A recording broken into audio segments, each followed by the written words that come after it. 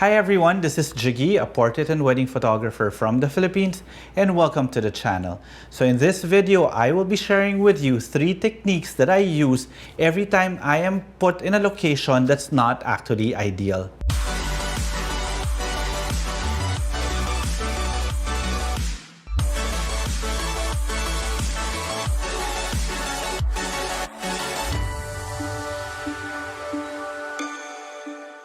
So as you can see now, I am in my home studio and we left it at such a raw state. In other words, I want to show you how the studio actually looks like before we fix it up. It's actually very messy.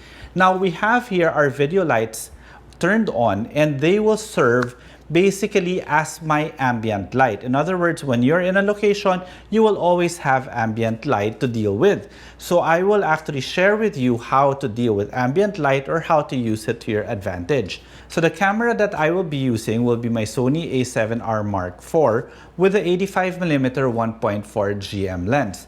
Now we also have here the light that I normally use whenever I am on location, which is the Magmod Magbox 24-inch Octabank. Now I also have my Sony f60RM installed in it. Then this one will serve as basically our supplementary light. Again, I will show you later when I discuss the techniques that we will be doing today. Okay, so technique number 1, if the location is not that great, then just completely remove the location using your light. And this is how we'll do it. So now what we're going to do is we're going to use the principle of the inverse square law.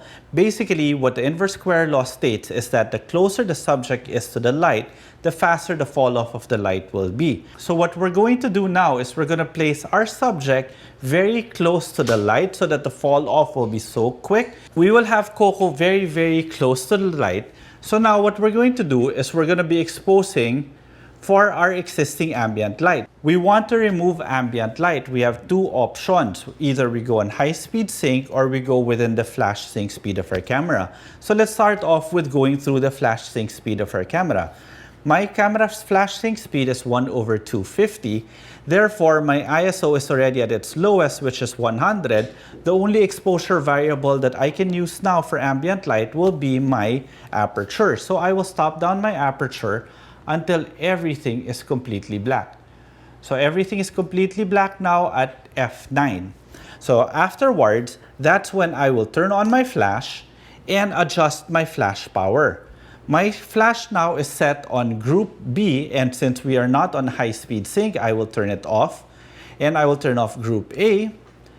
Maybe I will start off with full power, okay? And the moment that I turned on my flash, basically it turns off the live view of my camera so I can see what I am shooting. Babe, can you pose this way, please, towards the light? We actually have to match the pose to the light. So the light that we are doing now will be very dramatic. Basically, this type of lighting setup you can do anywhere.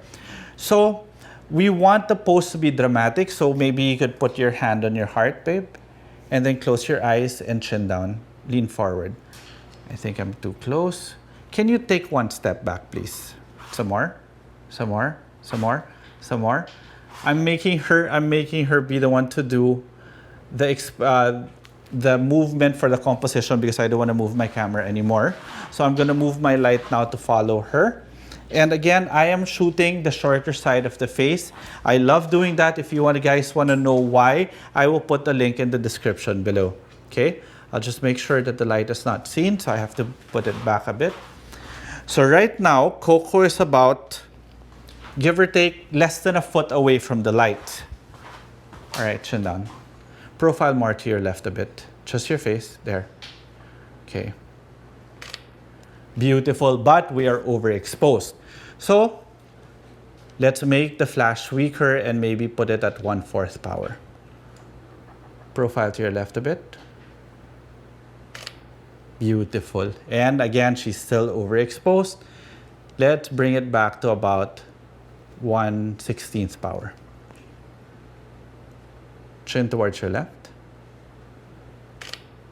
But as you can see now, everything is completely black. With all the mess that you could see behind her, we completely removed it. So there is no excuse for you guys to say that I can't get a good shot because my location is ugly, because this location is really not optimum for shooting right now. But we were able to do it just by removing all the light that is hitting the things behind. In other words, we are putting it in pitch black. So now we are doing it, one more. Profile more to your left. So too much, profile back. I think I want to expose it a little bit more. Maybe 1/8 power would be perfect. That's it. Hint of a smile, babe. Very nice. There we go. So now we've got a beautiful dramatic portrait and we didn't even have to go on high-speed sync. But now, what if I want to shoot at 1.4? So we now put our aperture on 1.4, but let's turn off my flash first so we can see our actual exposure. I will now have to use my shutter speed in order for me to take out all the ambient light, which is right now at 1/2500. But when I turn on my flash, look what's going to happen.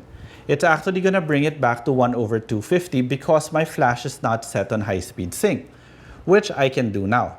I'll set it on high-speed sync. You will see now it's back to 1/2500. But here's one problem with high-speed sync. Babe, can you get back to your pose? High-speed sync actually takes away a bit of power from your flash. So right now we were at 1/8, it's a bit underexposed already, so we'll bring it back to maybe about 1/2 power. There we go. Profile towards your left, babe, a bit. There, I love that. And there we go. That's technique number 1 for you to be able to shoot in a location that's not so favorable. You put in a flash, put everything in darkness, and then make your flash light up the subject. So that's technique number 1. So let's go on to technique number 2. All right, so technique number 2. If your location is not favorable, then just completely remove the location again. The first technique, we used it by light. The second technique, we are now going to be using through the use of focal length and bokeh. In other words, I suggest that if the location isn't as nice, but this one's actually nice, maybe you should be going here, babe. There. So we've got a bunch of bookshelves here that aren't really that nice, as you can see. But what we can do is we can bokeh it away and make sure that the subject is far enough from the background so that you get a good bokeh. Then you fill your frame with the subject. So now my camera is set on aperture priority, which is how I normally shoot. Then I will put my ISO, let's say, on auto ISO. So what I will do is I will just adjust my exposure compensation dial here like that to be able to get the proper exposure that I want. I could underexpose or overexpose. Then, babe, could you move slightly here? You just have to be careful about bokeh. Like, for example, you could see there now that there's a red box there. You could actually cover it with your subject. Can you move here? There. Now that the subject is covering it, you could make your subject face the light. Can you look towards the light? Your right shoulder towards me, please. There. Towards the light. Isocenter. Can you move slightly to your right? There. Tilt your head away from camera. Too much. Bring it back. Up. Slightly away from camera, please. There. Then light there. And then open your, part your mouth a bit. Oops, but see, there was a red part there, which we want to remove. So again, move one step back. There. Lean forward towards the right side, babe. There. Then chin down. But of course, we can always just remove that. But in any case that you cannot, you have to compose it away. And at the same time, with the fact that you're bokehing everything, you're taking out all the distraction in the back. And therefore, you're creating a very nice portrait, even in a location such as this one. Now, we can also, again, go back to this portion here. Now, this type of wall, you could actually find in most locations. All you have to do is really pinpoint a small area. So with this one, again, look there. With my exposure compensation, I can actually underexpose if I want to. Like with this one, I could actually bring in my light again. Where is it? Here. I could bring in my light like this, like so, and underexpose the scene by about, let's say, 1 stop right now. And I am on still within my flash sync speed, so I will turn off high speed sync. and maybe bring down the power to 128 maybe. Let's see. Let's start from there. There we go. Did the flash pop? Oh, sorry, I turned off this flash. That's why it didn't pop. So, okay, one more. Tilt your head away from camera, please. Too much, bring it back. Right shoulder towards me. There. Okay, eyes to center. There we go.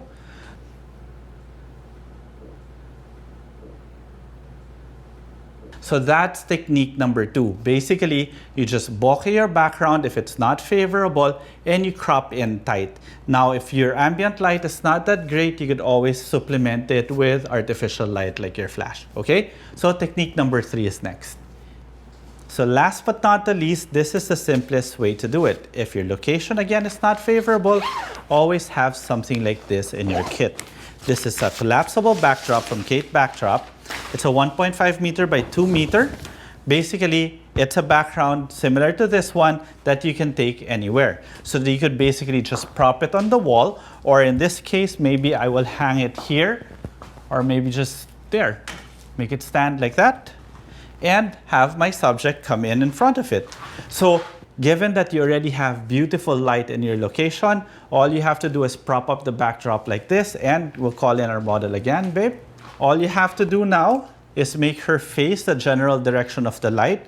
But normally, I would have this backdrop here on this side so that we are facing Coco's side. She is facing towards the light, which is her left side. But with Coco anyway, she looks good in any angle, so we're good. So I still have it on aperture priority. And now I can adjust my exposure to how I want it to be. There we go, look at me. There, that's nice, babe, perfect. And there you go. And we can even twist this around. If you want another side, you can just turn this around and you've got an entirely different looking backdrop. You know, this thing comes in like designs of a brick wall. So it really depends, okay? Babe, do you mind? Same pose, look towards your light, move towards the center. Then maybe look at me straight. Very nice. And there you go.